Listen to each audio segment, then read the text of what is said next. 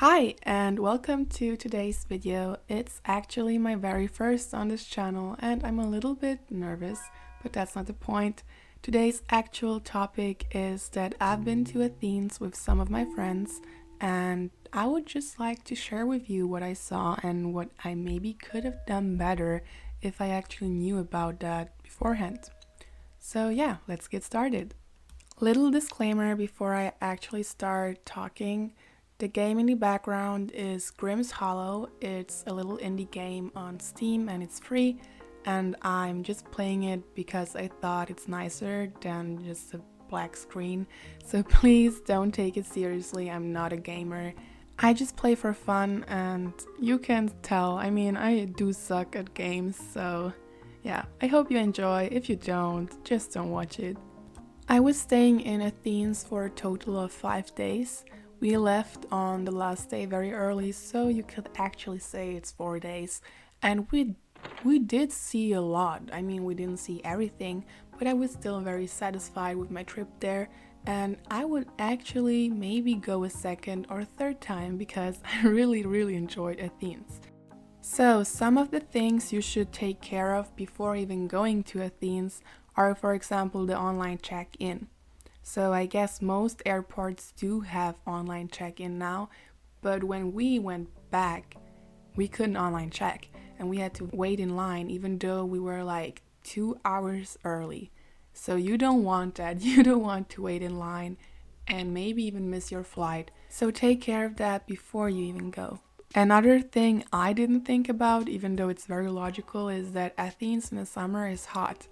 If you come from a cold country, you shouldn't wear things that are hard to take off afterwards. Like if you get out of the plane, you will be hot if you wear like a hoodie or a thick jacket. So make sure you're wearing stuff that you can like layer. So when you get off the plane, you can just take it off and you have your summer outfit, if you get what I mean.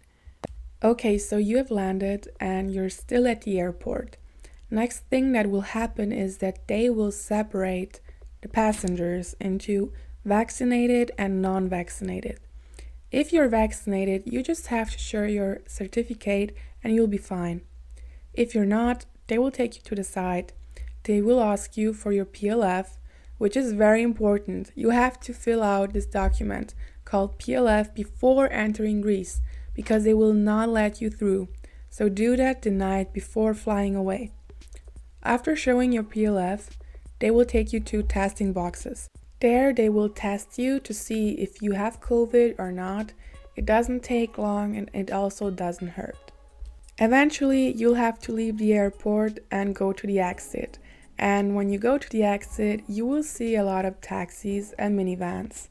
The thing is, if you're like one person or 2 people, 3, whatever, it's okay, you can just take the taxi and leave because there is enough place for you.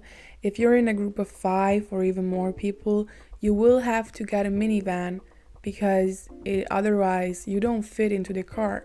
So when you get there and they see you're a group of 5 people or even more, they will try to offer you their van and they will give you unbelievable prices, which are too expensive.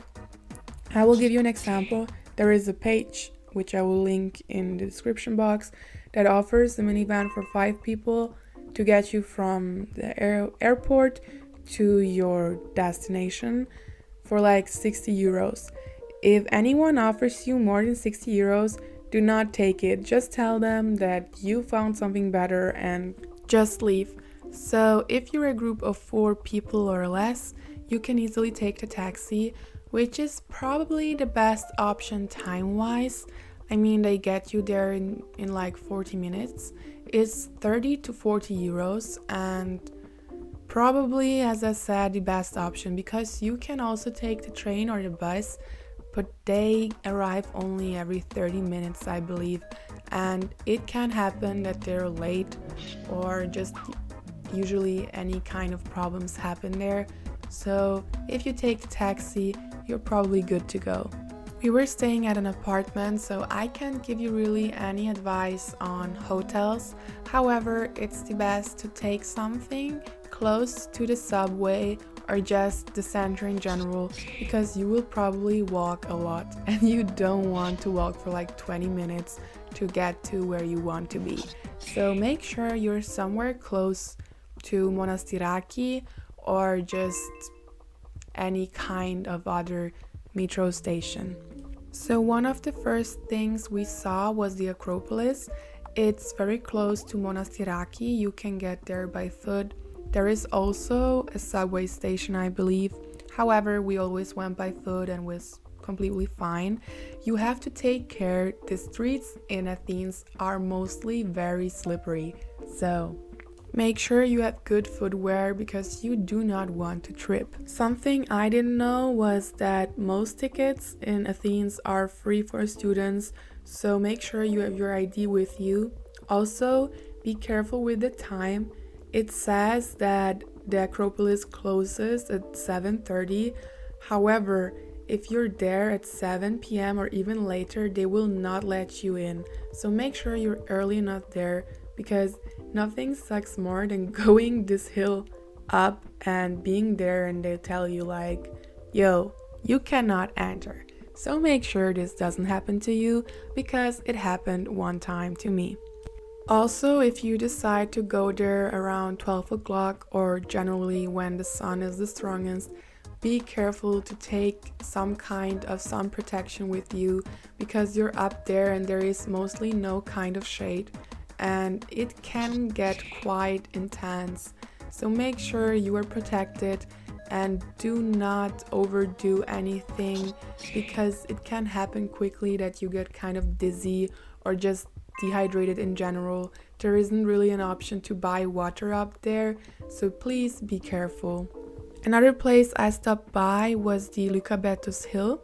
It's the highest point in Athens, I believe, and the view there is amazing. If you decide to go there, you can either go by foot or you can take the cable car. It arrives every 30 minutes and it's like €4, so actually worth it.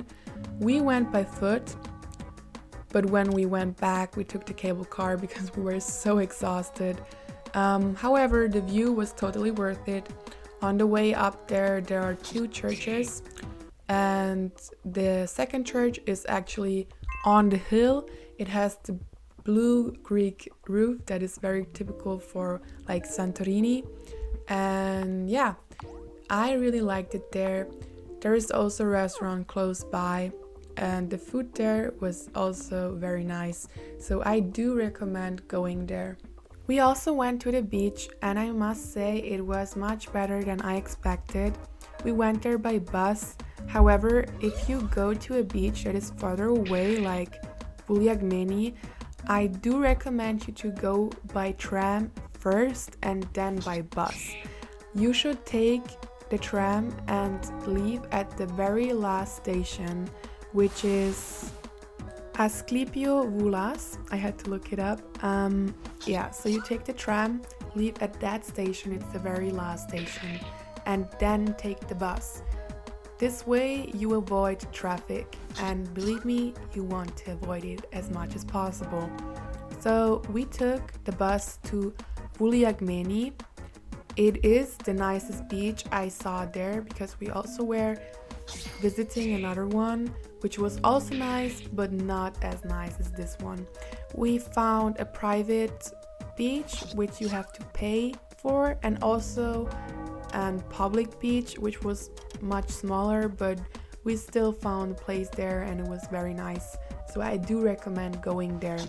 However, it did take like 40 minutes to 1 hour to even arrive there. So if that's something that bothers you a lot, maybe try to go by car or not at all if you don't want to, of course. Another place you would like to visit if you want to relax a bit is the national park. It's very nice, very beautiful, also very calm, so you can just walk there a little bit or even sit down and just relax. Very recommendable. If I remember correctly, the National Museum is close to the national park, and they also have free tickets for students. I found it's quite okay. I mean, I'm not really the museum type, but they do have some nice stuff. So if you're interested, you should definitely go there too. My personal highlight was the Olympic Stadium. It was not free. It was like €2.50, but which is totally fine. There isn't much to see. It's like just the stadium, and you can walk up these stairs to the highest point and have like the entire view on the entire stadium, which I loved. And there's also like those track lines for like running. So if you want to have a little battle with your friends, you should do that. And at the end, there is like this podium, I'm not sure what it's called, for like first, second, and third place. And you can also actually stand on it and take pictures. So yeah, I loved that experience. It very much felt like I'm at the Olympic Games 800 years ago, so I do recommend going there. Okay, for the rest of the video, I will just tell you some general information that might be useful. Starting with the public transportation, do not make the mistake if you buy a ticket that you buy it for the bus, one for the tram, one for the subway. In Athens, if you buy a ticket, it counts for the entire public transportation system, so you do not have to worry about each ticket. Another thing is that you could go to other islands by ferry. I recommend, if you want to go to an agency, that you go to Piraeus. This is like the city at the sea in Athens, and there are many different agencies, so you can just pick whatever you'd like to see. Another thing is the old town called Plaka. There you can buy like a lot of souvenirs, and I would recommend to not just buy at the very first store you like, because the chances are very high that you could find it for less money, like at the end of the street. And be careful with liquids. If you have just hand luggage, they only let you take like 100 milliliters. So do not get tempted and buy like liquor or creams that are like 200 to 300 milliliters, because you most likely will have to throw them away at the airport, which would be very sad. Another thing is that restaurants have open till midnight or even longer. And talking about food, I definitely recommend you to go to Little Kook. It's a little place for desserts like pancakes and crepes and stuff like that. And the vibe and the decoration there is just amazing. I've never seen a place like this before. You should also go there because the area around Little Kook is like the clubbing area. So there is one bar, one restaurant after the other. So if you want to see a little bit of Athens nightlife, you should definitely go there. Also, if you want to try gyros or falafel there is a place, I'm not sure how it's called, but you will recognize it by its like greenish design. It sells the best falafel and gyros I've ever eaten, so you have to go there. Also next to it is a little restaurant that sells like meat burgers, but also vegan burgers and like hot dogs and stuff like that. So if you're vegan, you should also go there. And that's pretty much it. I think I've told you everything I thought was important. I hope you enjoyed this video, and if you go to Athens, please tell me in the comments about it. Yeah, I hope you have an amazing day and that you will also be there next time. And thanks so much for watching. That's it.